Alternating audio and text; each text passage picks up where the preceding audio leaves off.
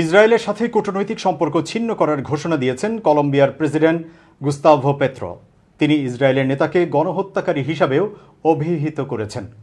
Petro রাজধানী বোগোতায় মে দিবসের সমাবেশে বলেন, আগামীকাল ইসরায়েল রাষ্ট্রের সাথে কূটনৈতিক সম্পর্ক ছিন্ন করা হবে, কারণ দেশটিতে এক গণহত্যাকারী প্রেসিডেন্ট রয়েছেন।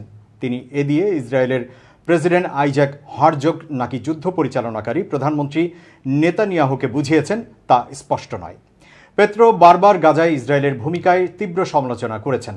তিনি এমনকি ৭ অক্টোবর ইসরায়েলে হামাসের অভিযানের সমালোচনা করতেও অস্বীকৃতি জানিয়েছেন।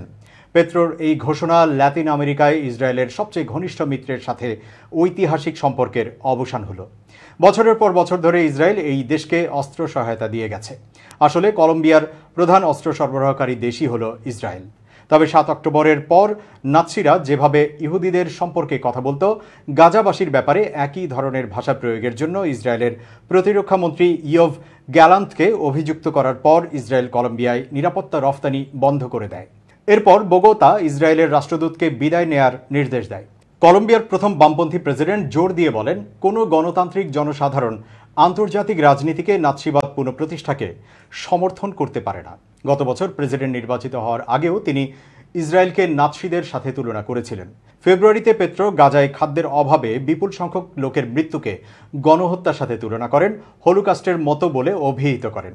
গত মার্চে পেত্রো ঘোষণা দিয়েছিলেন, গাজায় তাৎক্ষণিক যুদ্ধবিরতি না হলে তিনি ইসরায়েলের সাথে সম্পর্ক ছিন্ন করবেন। হেগস্থ আন্তর্জাতিক বিচার আদালতে ইসরায়েলের বিরুদ্ধে দক্ষিণ আফ্রিকার মামলার প্রতি সমর্থন দিয়েছিল কলম্বিয়া। এতে গাজা যুদ্ধকে গণহত্যা কনভেনশনের লঙ্ঘন হিসেবে অভিহিত করা হয়।